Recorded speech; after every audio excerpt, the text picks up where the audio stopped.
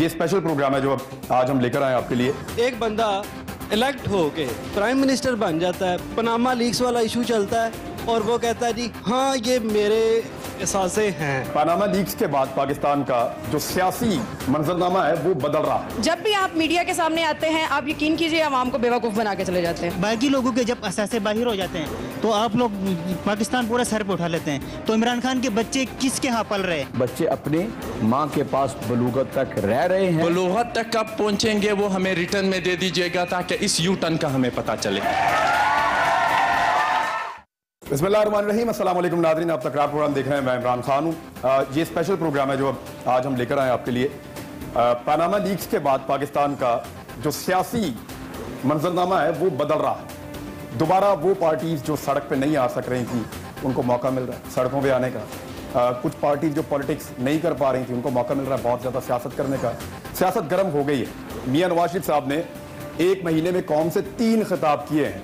ये ऐसी सिचुएशन नहीं है जो बिल्कुल नॉर्मल हो, नॉर्मलिटी से हट के कुछ मामला हो रहे हैं। इन्हीं पे बात करने के लिए मैं पंजाब यूनिवर्सिटी में मौजूद हूँ। पाकिस्तान का एक बड़ा नामवर इदारा है, तालीमी इदारा है और यहाँ पे तालिब इल्म मौजूद हैं, फैकल्टी मौजूद है और यहाँ पे मेरे साथ मेहमान हैं। मैं उनका तारुफ आपसे पहले करवा दूँ, फिर उसके बाद आपके सवालात होंगे, इनके जवाबात होंगे। लेकिन उससे पहले मैं अपने तीनों मेहमानों को कमरुज़्ज़मान कायरा साहब मौजूद हैं, यहाँ पे किसी तारुफ के मोहताज नहीं हैं, पॉलिटिकल वर्कर हैं और रहनुमा पाकिस्तान पीपल्स पार्टी के। बहुत शुक्रिया सर, आपका साबिक वजीर भी हैं आप। मेरे साथ मियाँ जावेद लतीफ़ साहब यहाँ पे आप लोगों के साथ मौजूद हैं। मियाँ साहब जो हैं वो भी पुराने पॉलिटिकल वर्कर हैं, शेखुपुरा से इनका ताल्लुक है और अपनी पार्टी PMLN को डिफेंड करेंगे, अभी भी मेंबर कौमी असम्बली हैं। बहुत शुक्रिया आपका भी। एजाज चौधरी साहब मौजूद हैं, साबिक सदर हैं पंजाब के पाकिस्तान तहरीक-ए-इंसाफ के और एजाज चौधरी साहब की भी एक लंबी पॉलिटिकल स्ट्रगल है। ये तीनों लोग फॉर्चुनेटली वो हैं जो ग्रास रूट लेवल से सियासत करते हुए यहाँ तक पहुँचे हैं। तो ये एक अच्छी बात है कि आपको जो सवालों के जवाब मिलेंगे वो बेहतर मैं तवक्को कर रहा हूँ कि यहाँ से आपको मिलेंगे। बहुत सारे सवाल नौजवानों के पास हैं, पहले भी वो इस पर बात करना चाह रहे थे, आज उनको मौका मिल रहा है। ये सामने आपके बैठे हैं, आप रोज़ाना इनको टॉक शोज़ में देखते हैं और फिर हमें बहुत सारे ट्वीट करते हैं, मैसेज करते हैं, इनसे ये पूछें, इनसे ये पूछें। भैया बैठे हैं सामने, जो आपका दिल करता है आप लोग इनसे पूछें और मैं उम्मीद करता हूँ ये बुरा नहीं बनाएंगे, आपके सवालों के जवाब देंगे। लेकिन पहले तमाम मेहमानों से बारी बारी मैं 1 से 2 मिनट का वक्त इनको दूं। 1 से 2 मिनट में ये पनामा लीक्स के इशू को आपके सामने रख दें ताकि उसके बाद आपको सवालात करने में आसानी हो। सबसे पहले गवर्नमेंट को मौका देते हैं मेरे ख्याल में, तो जावेद लतीफ़ साहब। जी बिस्मिल्लाहिर्रहमानिर्रहीम। यकीनन पाकिस्तान का कोई फ़र्द, किसी अदारे में काम करने वाला, पूरी कौम यही चाहती है कि पाकिस्तान में करप्शन का ख़ात्मा हो। यकीनन सभी ये चाहते हैं कि करप्शन करने वालों का एहतसाब हो, कोई इससे इनकारी नहीं है। मगर गुजारिश ये है कि अगर आप करें कि across the board uniform policy हो तो सबको काबिल कबूल होगा, और अगर आप ये कहें कि इसका एहतसाब हो और इसको छोड़ दिया जाए, मेरे ख्याल ये किसी को काबिल कबूल नहीं होगा। अब मैं आता हूँ पनामा लीक के हवाले से। गुजारिश ये है कि इसमें जो इल्ज़ामात लगे, इसमें 250 के करीब लोगों पे इल्ज़ामात लगे। कल को कोई साबित होता है नहीं होता ये अलग बात है, मगर उसमें प्राइम मिनिस्टर की फैमिली पे क्योंकि इल्ज़ाम लगा इसलिए ये ज़्यादा हाईलाइट हुआ और बाकी जो 250 दूसरे लोग थे उनका किसी ने जिक्र भी नहीं किया। जो ये कहा गया एक जमात के सरबराह की तरफ से कि नहीं जनाब 250 बंदे में से सिर्फ पहले एक शख्स का एहतसाब होना चाहिए, एक खानदान का एहतसाब होना चाहिए पहले, वो उसके बाद बाकी बात करेंगे। भाई बात यह है, आप खुद ही गवाह, खुद ही मदई, खुद ही जज और खुद ही जलाद अगर बनेंगे तो इंसाफ कौन देगा? ठीक है सर, वक्त खत्म हो रहा है आपका। कार साहब आप बात करना चाहेंगे, आप बात करें इस पे। बहुत शुक्रिया। आज का मौजू जो है पनामा लीक्स या पनामा पेपर्स के हवाले से, पहली बात तो यह है कि ये पाकिस्तान की किसी अपोजिशन की जमात की तरफ से लगाए गए इल्जामात नहीं है। ये एक आलमी सतह पे मीडिया में एक रिपोर्ट आई और जितने अफराद के नाम पाकिस्तान से या पाकिस्तान से बाहर से जितने अफराद के नाम उस रिपोर्ट में लीक हुए हैं उनसे उनका नुक्ता नजर जानने के लिए उनको मौका दिया गया। और आज तक दुनिया में किसी शख्स ने, किसी हुकूमत ने बशमूल मियां साहब के खानदान के उस सारी रिपोर्ट के कंटेंट्स को डिनाई नहीं किया। अपनी सफाई देना और बात है, रिपोर्ट को डिनाई नहीं किया। रिपोर्ट में 3 हिस्से हैं। मियां साहब के शायद बड़े बेटे हैं हुसैन साहब, मुझे गलती हो तो, हुसैन नवाज बड़े बेटे हुसैन नवाज साहब ने, उन्होंने एक प्रीएम्प्टिव इंटरव्यू दिया, खुद इंटरव्यू प्लान किया, और उस इंटरव्यू में उन्होंने कहा कि हाँ ये हमारी कंपनियां हैं, ये हमारी जायदादें हैं, ये फलां दौर में हमने खरीदी थी, ये हमने फलां जगह से पैसे लिए थे। अब जब मीडिया ने उसको डिग किया या अपोजिशन की जमातों ने उसको डिग किया, और सारी दुनिया को पता था कि वे ये जो मेफेयर के फ्लैट्स हैं मियां साहब के, ये तो 93-94 से उनके हैं। तो जब हुसैन नवाज ने कहा कि ये तो मैंने 2007 में खरीदे और मेरी इन कंपनीज ने खरीदे, तो इस पर सवाल खड़े हो गए। अब लंदन में मौजूद लोग कह रहे हैं, मीडिया के लोग कह रहे हैं, पाकिस्तानी पॉलिटिशियन जानते हैं, इससे डिगिंग शुरू हुई। गवर्नमेंट की टीम ने बड़ा एग्रेसिवली जाके बातें करनी शुरू की और ज्यादा मुश्किलात खड़ी कर दी। वजीर आजम साहब ने कौम से खिताब किया, अपने लिए और गड्ढे खोद लिए। सो जो कौम से खिताब होता है सदर या वजीर आजम का, उस खिताब से कोई पॉलिसी स्पीच होती है। मियां साहब ने जो बात कहनी थी वो सिंपल एक लाइन थी कि मैं अपोजिशन की बात मानते हुए कमीशन बना रहा हूं। जिस कमीशन का फैसला किया गया वो कमीशन अपोजिशन की डिमांड नहीं था। ये बात ठीक कही कि गवर्नमेंट के पास पहले प्रेसिडेंट मौजूद है। सर इसके सवालों में आ जाएगा सर, ये पोर्शन आ जाएगा दोबारा, बात लंबी हो रही है। मैं इजाज चौधरी साहब आपसे गुजारिश है कि बिल्कुल टाइम के अंदर ही कोशिश करें, बात कर लें। जी बहुत शुक्रिया, बहुत होता नजर आना चाहिए। बहुत शुक्रिया इमरान भाई। दीदी हुकूमत को आजकल इंसाफ का ज्यादा मसला बना हुआ है। नहीं मेरा ख्याल है हुकूमत का हक है, इनको जरा ज्यादा वक्त दे दें और खुल जाएंगे और मेहरबानी होगी। ये मैं तो जी बिल्कुल मुख्तसर बात करूंगा। जो पनामा लीक्स के हवाले से कायरा साहब ने बात कर दी है, पाकिस्तान की बड़ी जगहंसाई हुई, पाकिस्तान के चेहरे के ऊपर कालक मल दी गई। सादा सी बात थी कि आप आके कहते हैं मैं बेगुनाह हूं, पार्लियामेंट में आते जैसे डेविड कैमरॉन आए, उन्होंने आके अपनी वजाहत दे दी। पार्लियामेंट में लोग आपसे सवाल करते, आप हाँ या ना में जवाब देते, किस्सा अब तक पार हो चुका होता। और मैं आपसे ये अर्ज करता हूं, कौन सी बात की तहकीकात करनी है। 93 में एक बेटा कह रहा है कि ये मैं किराए पे रहता हूं, 2000 में वालदा मोहतरमा कहती हैं ये हमारी मलकियत है, 2013 में बहन कहती हैं कि मेरी और मेरे भाइयों की पाकिस्तान और बैरून पाकिस्तान कोई प्रॉपर्टी नहीं है, 2016 में बड़े भाई ये फरमाते हैं कि जी वो हमारी है और हमने 2007 में खरीदी है। यानी आप अंदाजा करें कि इन 4 स्टेटमेंट्स में हर जी शऊर पाकिस्तानी जज कर सकता है कि कौन झूठा है कौन सच्चा है, असल हकीकत क्या है। किस तहकीक और तफ्तीश की जरूरत है इसके बाद? आप कौम का वक़्त ज़ाया कर रहे हैं, उसके वसाइल ज़ाया कर रहे हैं। इसलिए वज़ीर आज़म मियाँ नवाज शरीफ अखलाकी तौर पे वो खो चुके हैं कि वो पाकिस्तान के वज़ीर आज़म रहें। हम क्या चाहते थे? सुप्रीम कोर्ट के चीफ जस्टिस के तहत एक बाइख्तियार कमीशन जिसमें वाइट कॉलर क्राइम के एक्सपर्ट शामिल हों, इंटरनेशनल ऑडिटर्स हों, फॉरेंसिक एक्सपर्ट हों। ये बात किसको समझ में नहीं आती? आपने एक ऐसा खत लिख दिया कि कारे जहां दराज है, अब मेरा इंतजार कर। सर वक्त खत्म हो गया, आपका भी वक्त खत्म हो गया, इंशाल्लाह वक्त के अंदर ही काफी कर देंगे। अच्छा इधर अभी सवाल जवाब मेरा शुरू कर दें। किसने पहले कौन सवाल करेगा? सर सवाल ये है कि अगर आप समझते हैं कि हुकूमत ठीक नहीं है, मौजूदा हुकूमत ठीक नहीं है, इनका एहतसाब होना चाहिए, आपके पास अब मौजूदा क्या लाए हमल? आप धरना देंगे? धरना कहाँ देंगे? वो उनके घर जाके देंगे? अगर उनके घर जाके धरना देंगे वो रायबंद में, तो पाकिस्तान पे उस पर क्या असर होगा और आने वाली जो हमारी यूथ है उस पर क्या सबक लेगी और इस पर गवर्नमेंट के कितना प्रेशर बिल्डअप होगा? जी बहुत शुक्रिया। हमने ये फैसला किया है कि हम ऑपोजिशन को साथ लेकर चलेंगे, हम अलग से कोई फैसला नहीं करेंगे। अगर रायबंद ऑपोजिशन के बाकी दोस्त चाहेंगे कि न जाया जाए, हम नहीं जाएंगे, और अगर वो कहेंगे कि जाना चाहिए तो हम जाएंगे। हम क्यों जाना चाहते हैं? हम क्यों जाना चाहते हैं? पुराने वक्तों के अंदर बादशाह सलामत हुआ करते थे, आज के दौर के बादशाह सलामत ये हैं। आप में से किसी ने जाती उमरा के महल्लात देखे हैं? जो मुफलिस और गरीब लोग जो होते थे वो बादशाहों के महल्लात के सामने जाकर वावेला किया करते थे। मैं समझता हूं बनी गाला वाला कभी वजीर आजम नहीं रहा, वो इस कौम का वो कभी वजीर आजम नहीं रहा। वो एक ऐसा शख्स है जो पाकिस्तान तो क्या पूरी दुनिया के मुसलमानों में सबसे ज्यादा चाहे जाने वाला फर्द है।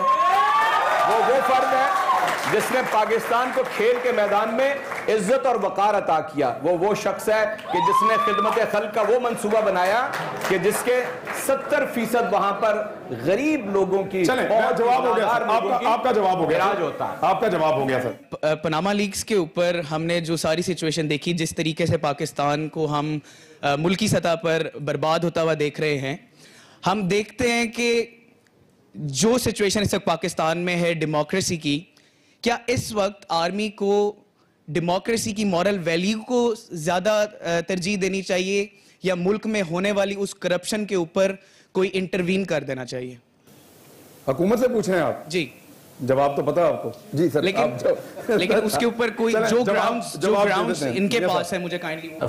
अदारा जिसकी आप जिक्र कर रहे हैं, ये रियासत का अदारा है। इसी तरह पाकिस्तान के बहुत से अदारे हैं। अगर आप कोई अदारा काम करता है और जो आप जिस निज़ाम की, पार्लिमानी निज़ाम की आप बात करते हैं, उसका एक चीफ एग्जेक्टिव होता है और रियासत का होता है और इस पार्लिमानी निज़ाम में, और उस निज़ाम में रहते हुए जितने अदारे होते हैं वो उसके अंडर काम कर रहे होते हैं। कभी किसी प्राइम मिनिस्टर ने कोई सैलाब आया है, कोई ज़लज़ला ज़दगान की मदद के लिए या किसी और काम के लिए, उसने खुद गन पकड़ के नहीं चला जाना होता, अदारों को कहना होता है, अदारे काम करते हैं। अब जो बात आप कर रहे हैं कि बड़ी बदनामी हुई, जो इन्होंने भी बात की, इस पर मैं बात करने से पहले थोड़ा मैं अगर इजाज़त दें तो चौधरी साहब के हवाले से मैं अर्ज़ कर लूँ। ये बड़ी बात की जा रही है कि जनाब बड़ी बदनामी हो गई हुकूमत की, बड़ी बदनामी हो गई रियासत की। तो जब हम ये कह रहे हैं कि जनाब किसी एक का एहतसाब नहीं, 250 के 250 बंदे का एहतसाब किया जाए, जब हम ये कह रहे हैं, आप ये बात करते हैं कि महल्लात कभी देखे हैं। मैं ये नहीं कहता कि बनी गाला के 300 कनाल का घर देखो, मैं तो ये कहता हूं कि जिस बंदे के बारे में, जिस प्राइम मिनिस्टर के बारे में आप बात कर रहे हो, पाकिस्तान बनने से पहले का वो इंडस्ट्रियलिस्ट है, और जो 300 कनाल के घर में बनी गाला में रह रहा है, उसका सोर्स ऑफ इनकम बताएं, आज तक उसने काम क्या किया है? खुदा का खौफ करें, जिसकी पूरी फैमिली जो है वो पाकिस्तान बनने से पहले इंडस्ट्रियलिस्ट हो, उससे तो आप हिसाब मांगते हो, और जिसने गुल्ली डंडे के अलावा कोई काम ना किया हो, उससे आप हिसाब मांगने के लिए तैयार नहीं हो। आप किसी के बच्चों का जिक्र करोगे तो कोई आपके बच्चों का भी पूछेगा। ये हक है इस कौम को, ये कौम पूछती है, ये सवाल करती है, और जो लीडर होता है वो कौम का असासा ही नहीं होता, जिसको वो लीड कर रहा होता है, जिनको उनका आइडियल भी होता है, लोग उससे बहुत कुछ उसको कॉपी करते हैं। लोग सवाल कर रहे हैं कि हजूर आपके बच्चे कितने हैं, लोग सवाल कर रहे हैं कि वो किसकी गोद में पढ़ रहे हैं, उसका मजहब क्या है, लोग सवाल कर रहे हैं। मैं एक गुजारिश करूं, हम वजीर आजम पाकिस्तान को कोई एम्बेरस नहीं करना चाहते, हमारी कतन ये ख्वाहिश नहीं है, और अगर उनसे सवाल उठाए जा रहे हैं तो उनकी अपनी औलाद के दिए गए इंटरव्यूज के हवाले से उठाए जा रहे हैं। और वजीर आजम साहब इस मुल्क के तीसरी दफा वजीर आजम बने हैं। इस तवील अरसे तक हुकूमत के दौरान उन्होंने कुछ बेनिफिट लिए होंगे, ये डाउट्स हैं, ये सवाल है, इन सवालों का जवाब देना चाहिए, इसका जवाब गालियां नहीं है। सो मैं इसी पर अपनी बात करता हूँ। अच्छा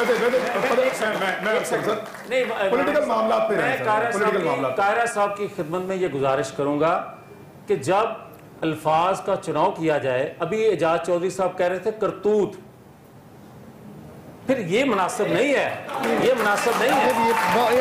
मैं एग्री करता हूँ इस बात से कि पॉलिटिकल, इसी तरह इनकी लीडरशिप जो बातें करती है, जो अल्फाज इस्तेमाल करती है, वो काबिल बर्दाश्त नहीं है। जावेद लतीफ, चले मेरी गुजारिश है कि वैसे मुझे जो करतूत है उसका मुतरादिफ बता दिया जाए। फर्स्ट ऑफ ऑल सर, आप मुझे ये बताइए, आपने रावण की महल की बात की, मैं नवाज शरीफ का साइड बिल्कुल भी नहीं ले रहा, तो बनी गाला का ये इतना बड़ा महल है, ये आया कहाँ से?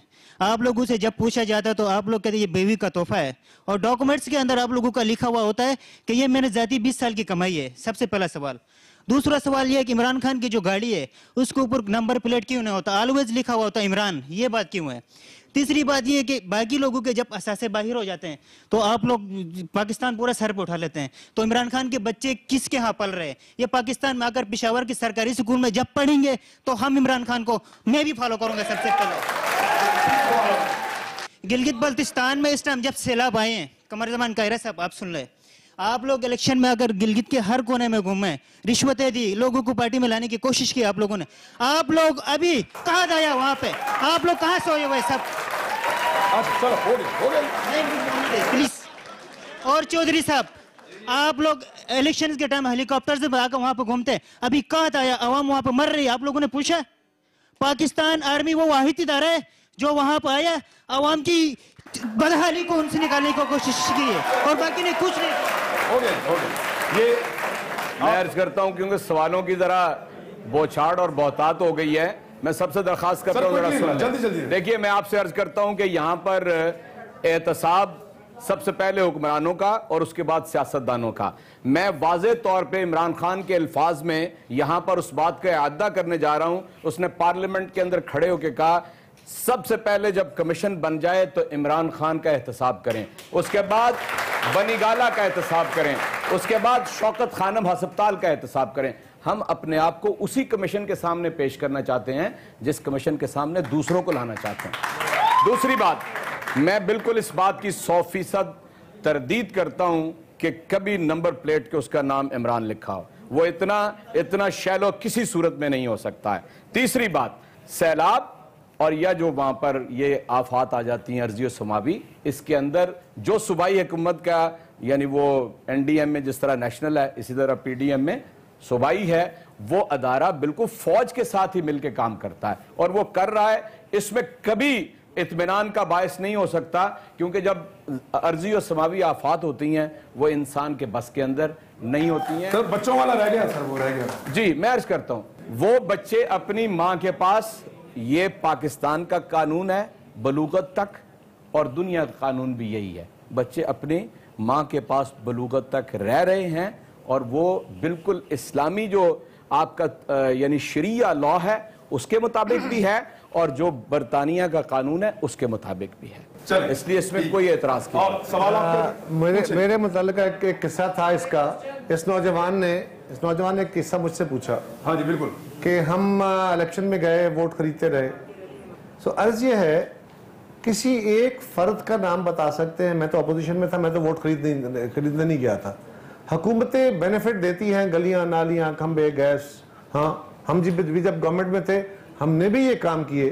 सो अर्ज ये है कि हमने अपने तई वहां पे इससे पहले भी गिलगित बल्तिस्तान को आज तक जितनी शनाख्त मिली है पाकिस्तान बनने से लेके आज तक वो पीपल्स पार्टी के दौर में मिली है।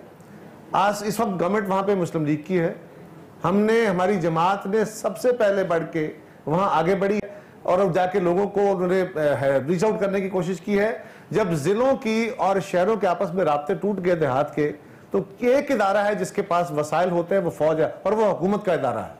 और फौज अगर जहां वहां जाके काम करती है तो उनको वजीर आजम या मौजूदा जो हुकूमत होती है वही कहती है। इधर उधर की ना बात कर, ये बता काफिला क्यों लुटा?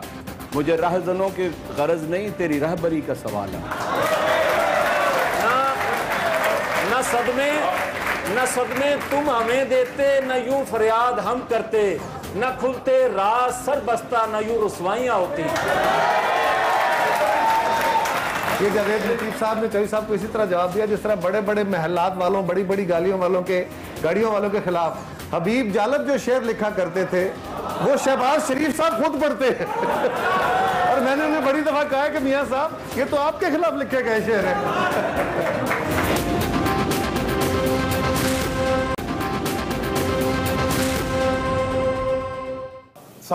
सवाल ये है कि पनामा लीक्स बड़ा इशू नहीं है।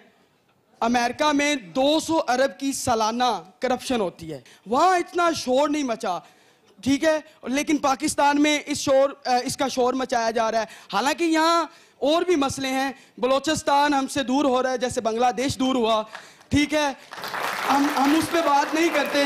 क्या बलोचिस्तान में किनको हुकूक मिलने चाहिए? ठीक है, आर्मी जो कर रही है एस्टैब्लिशमेंट, मैं ये सवाल कर रहा हूँ। और मेरा सवाल ये है कि जो मसले हैं उन पे बात होती नहीं है, जो मसले नहीं होते उन पे बात होती है। ये पनामा लीक्स जहाँ करप्शन हो रही है, सर वो कह रहे हैं कि बहुत छोटा मसला है पनामा लीक और इससे बड़े और मसाइल भी। ये आपका ख्याल है, इस मुल्क के मेजॉरिटी लोगों का ख्याल शायद ये नहीं है।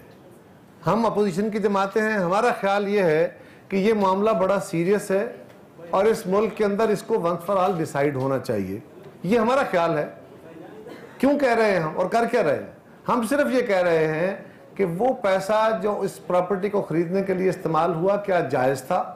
अगर जायज़ था तो वज़ीर आज़म साहब का हक है, उनके बच्चों का हक है, हमें कोई एतराज़ नहीं है। अगर उन्होंने वो पैसा सऊदी अरब से ट्रांसफ़र किया था, बिल्कुल बिस्मिल्लाह, उनका हक है, हमें कोई एतराज़ नहीं है, मनी ट्रेल बता दे।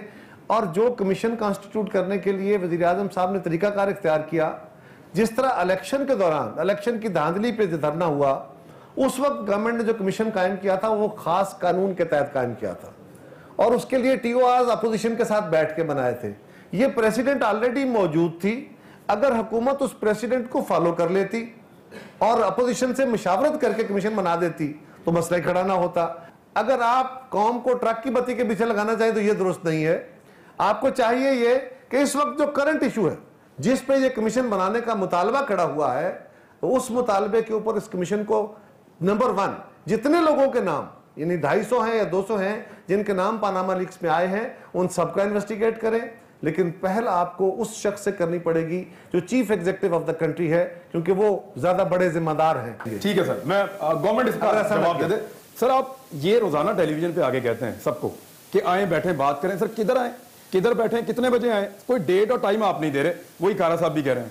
मैं गुजारिश कर दूं कि सबसे पहले तो जो नौजवान बात करना चाहते थे ना, उन्होंने कहना वो ये चाहते थे कि पाकिस्तान में करप्शन का खात्मा होना चाहिए, दुनिया में भी करप्शन का खात्मा होना चाहिए, इसका कोई हामी नहीं है। मगर ये भी देखा जाए, अदारों में बैठे लोग जो होते हैं, जमातों में बैठे लोग होते हैं, जो उसमें अच्छे लोग भी होते हैं, बुरे लोग भी होते हैं। मगर चंद एक को देखकर आप निजाम को कह दें कि इसको खत्म कर दिया जाए, आप ये कह दें कि सारा ढांचा ही गलत है, ये किसी तौर पर मुनासिब नहीं है। रिफॉर्म्स आती है वक्त के साथ साथ लानी चाहिए निजाम में, मगर निजाम को बुरा नहीं करना चाहिए। एक मिनट मैं करता हूं, कोई बंदा पाकिस्तान का, सर एक मिनट, कोई पाकिस्तान का सियासतदान, कोई पाकिस्तान का फर्द निजाम के खराब होने की बात नहीं कर रहा। अगर करप्शन के खिलाफ मेरी जमात का कोई बंदा पकड़ा जाता है उसका एहतसाब होता है, मुस्लिम लीग का पकड़ा जाता है उसका एहतसाब होता है, पाकिस्तान मजबूत होगा। कौन कहता है कि एहतसाब नहीं होना चाहिए? मगर मैं ये कहना चाहता हूं कि आप ये ना करें, पिक एंड चूज ना करें कि इसका एहतसाब हो जाए, इसका ना हो, ये बात गलत है। ये बात गलत है। आप कहें कि प्राइम मिनिस्टर का एहतसाब हो, पिक एंड चूज नहीं कर रहे। साहब लोग ये कहते हैं कि तू इधर उधर की ना बात कर, ये बता काफिला क्यों लुटा।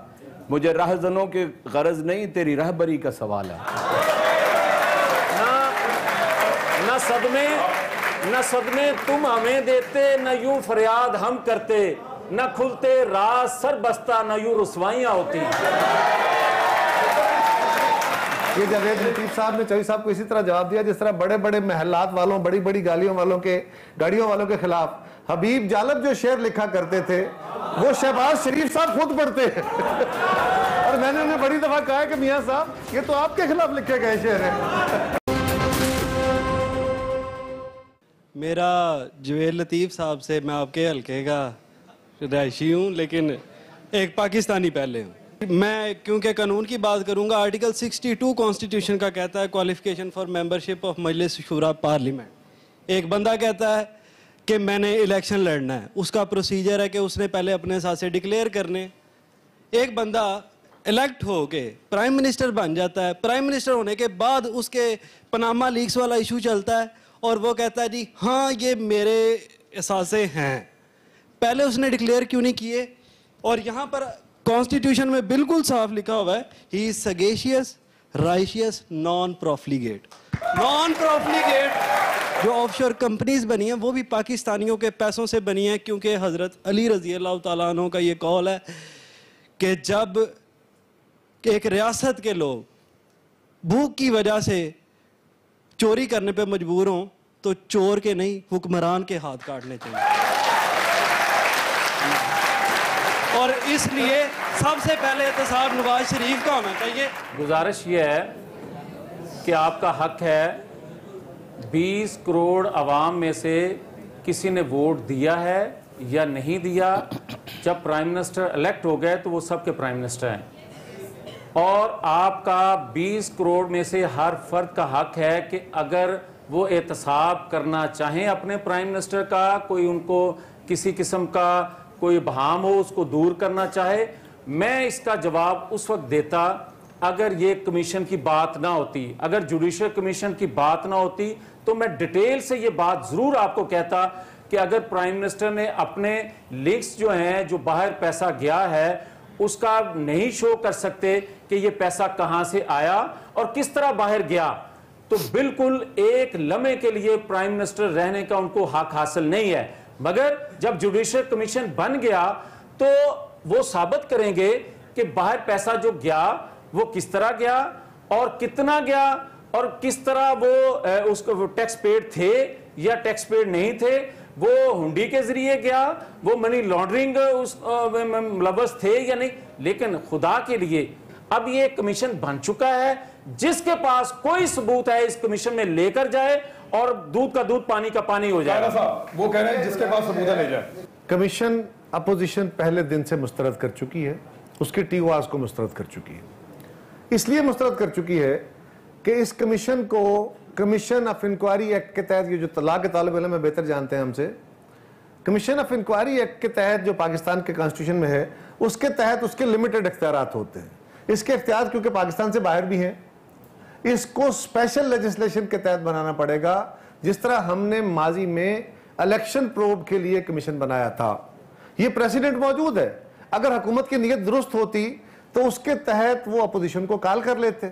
इसी तरह टीओआर्स में अपोजिशन की मुशावरत करनी थी तो वो पहले कर लेते, हमें तो कोई इतराज, हम तो कह रहे थे ना हमें बुला लें, आज भी कह रहे हैं बुला लें। अभी भी गवर्नमेंट यहाँ टीवी पे बैठ के कह देती है कि आए बात करें। किससे बात करें? दीवारों से। मेरे भाई, सिंपल इशू ये है, हम पाकिस्तान के इस निज़ाम को डिसरप्ट नहीं करना चाहते, हम हकायक सामने लाना चाहते हैं, और ये पारसाई के जो बुत बने थे उन बुतों के हकायक बताना चाहते हैं कि वो क्या हैं। रही बात मेरे इस नौजवान ने कही थी अमेरिका के अंदर होने वाली करप्शन, और ये जो इस वक्त दुनिया में फाइनेंशियल सिस्टम है ना, सरमायादारी निज़ाम, ये है करप्शन की पैदावार। इसमें एक बड़ा पोर्शन है करप्शन का, इसका एक हिस्सा है, इस फिलॉसफी का एक हिस्सा है। लेकिन मेरे अजीज, जब हुकूमतों में लोग आते हैं तो फिर अकाउंटेबिलिटी इस बात की होती है कि आपने बीइंग हुक्मरान कौन सी ऐसी गलतियां की हैं, क्योंकि मैं अपने एक एक एक्ट के लिए अकाउंटेबल हूं। और दूसरी बात यह है कि कानूनी तौर पे चीजों के जवाब और तरह आते हैं। जो मीडिया में डिबेट होती है वो भी अपने सवाल आपने जवाब देने होते हैं, ये भी एक तरह की अवामी अदालत लगाते हैं और हमें इसमें जवाब देने हैं।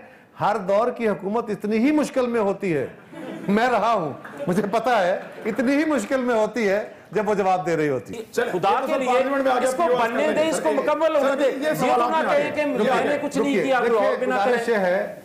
पाकिस्तान का जो कानून है उसमें कमीशन ऑफ इंक्वायरी एक्ट 56 है।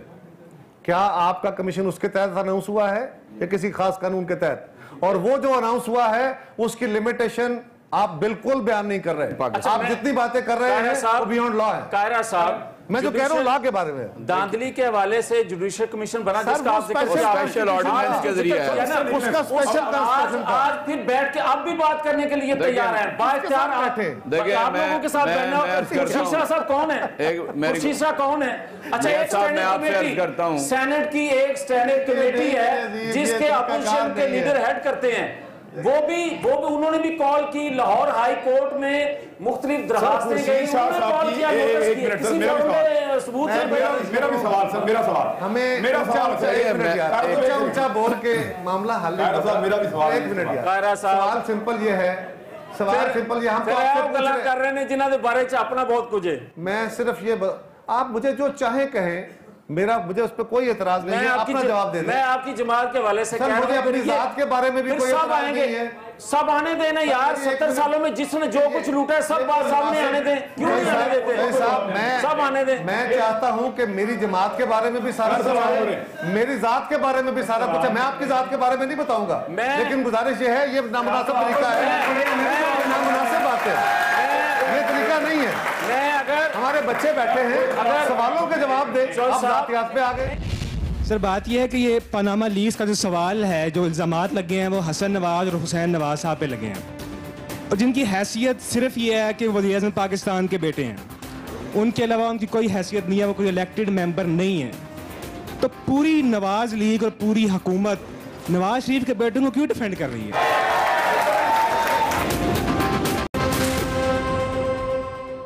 सर बात यह है कि ये पनामा लीक्स का जो सवाल है, जो इल्ज़ामात लगे हैं वो हसन नवाज और हुसैन नवाज साहब पे लगे हैं, और जिनकी हैसियत सिर्फ ये है कि वज़ीर-ए-आज़म पाकिस्तान के बेटे हैं, उनके अलावा उनकी कोई हैसियत नहीं है, वो कोई इलेक्टेड मेंबर नहीं है। तो पूरी नवाज लीग और पूरी हुकूमत नवाज शरीफ के बेटों को क्यों डिफेंड कर रही है? और पूरी हुकूमती मशीनरी, नवाज शरीफ साहब 3 दफा खिताब कर चुके हैं, और पूरी हुकूमती मशीनरी का काम यह है कि वो अपने बेटों के, जो वज़ीर-ए-आज़म के बेटे हैं, उनके करतूतों का डिफेंड कर रहे हैं। आपकी खिदमत में गुजारिश होगी बेटा कि जब आप खुद कह रहे हैं अपने सवाल में कि प्राइम मिनिस्टर साहब के बेटों पर इल्ज़ाम है, प्राइम मिनिस्टर पर ये इल्ज़ाम नहीं है, और मैं किसी की औलाद के मुतल्लिक बात करूं जो बालग हो चुकी हो तो मुझे हक हासिल नहीं है। अब का जो सवाल है, तो बात है उनकी औलाद के नाम आए तो आप इस्तीफा प्राइम मिनिस्टर से मांग रहे हैं।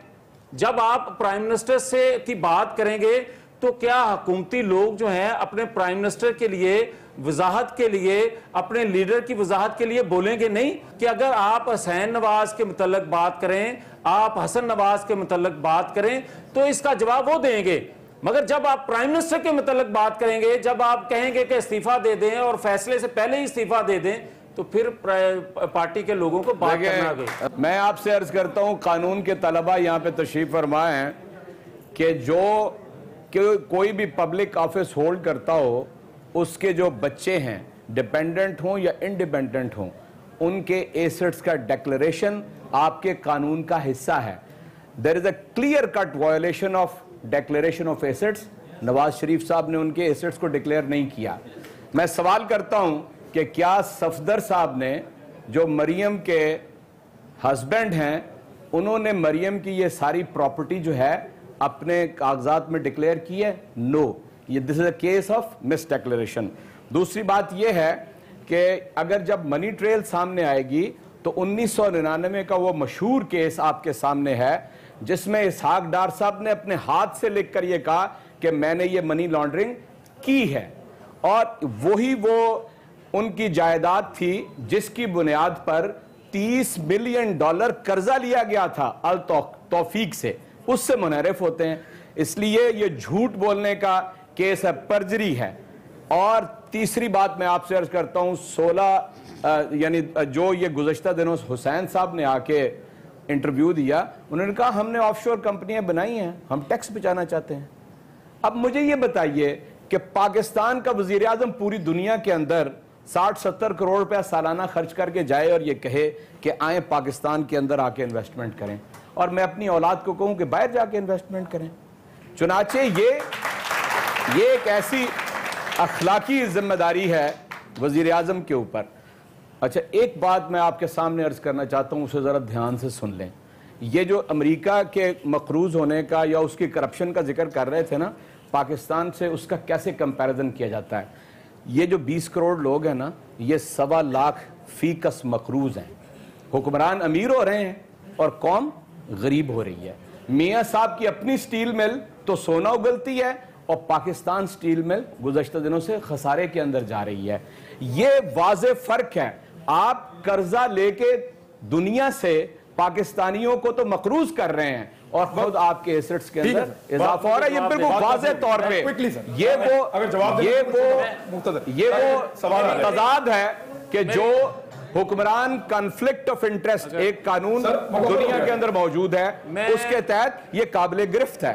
मैं एक गुजारिश कर दूं, चौधरी साहब ने ये जो बात की है, मेरा सवाल इनसे ये है कि पाकिस्तान का सरमायादार पॉलिटिशियंस को एक साइड पे रख दें, प्राइम मिनिस्टर को एक साइड पे, उसकी औलाद को, आपके लीडरशिप को अलग रख दें, मैं बतौर पाकिस्तानी ये कहता हूं कि पाकिस्तान का सरमायादार पाकिस्तान से बाहर सरमाया ले जाने पर क्यों मजबूर होता है? आप पाकिस्तान के जब तक हालात दुरुस्त नहीं करेंगे, आप तो कहते हैं ना कि किसी को नहीं हालात तो हुकूमत ने दुरुस्त करने, हमने तो नहीं दुरुस्त करने यार। इमरान एक सेकंड, आप जवाब दें। और जी अपनी जाती मिसाल से आपने साबित करना है। सवाल मुझसे अगर कोई अपनी एक मिनट अपनी जाती मिसाल से साबित करना है, अगर आप अपना अरबों करोड़ों रुपया पाकिस्तान में इन्वेस्ट करेंगे तो फिर क्या होगा? चौधरी साहब देखें, वो बीच में नहीं बोले ना। मैंने जो बात की थी इमरान खान साहब, यहाँ एक इमरान खान साहब हैं, मैं तो दो इमरान खान साहब को फेस कर रहा हूँ। गुजारिश ये है कि जो बात मैं कहना चाहता हूँ कि पाकिस्तान में इस शरीफ फैमिली को 3 दफा 1972, 89 और फिर 2000 में जब आप उनको थड़े पे बिठा देंगे, जब आप उनकी जो सरमाया है उसको छीन लेंगे, तो आने वाली नस्ल जो है उसकी, क्या वो ये समझेगी कि जो हमारे बुजुर्गों ने यहां किया और उनको ये सिला मिला उसका, तो हम अपना सरमाया महफूज करने के लिए किसी और जगह इन्वेस्टमेंट करें? आप पाकिस्तान के हालात को ठीक करें। ये आए दिन जो गैर आईनी तरीके से कब्जा कर लिया जाता है पाकिस्तान के निजाम पे, पाकिस्तान के निजाम को तोड़ दिया जाता है, पाकिस्तान में निजाम को मुस्तकम करने दें, फिर उसके बाद बात करें। स्विस बैंक में जो है वो अभी तक जरदारी साहब के कुछ पड़े हुए हैं, सरे महल आपने जो है ओन कर लिया हुआ है। तो जब भी आप मीडिया के सामने आते हैं, आप यकीन कीजिए आवाम को बेवकूफ़ बना के चले जाते हैं। जो हमारे लीडर्स हैं वो जब बीमार होते हैं वो बाहर के ममालिक में चले जाते हैं, उनको खांसी भी हो तो वो बाहर के ममालिक में जाते हैं। लेकिन जो हमारे गरीब बच्चे हैं वो इतनी बड़ी बीमारियों में मुब्तला है, लेकिन उनको यहाँ पे कोई पूछने वाला भी नहीं है। आप लोगों का मुखमुका हुआ है जरदारी साहब के साथ कि अगर मियाँ साहब को कोई प्रॉब्लम होती है तो वो जरदारी साहब के पास जाते हैं, अगर जरदारी साहब को होती है तो वो मियाँ साहब के पास जाते हैं। तो ये क्या बेवकूफ़ बना रहे हैं हमें?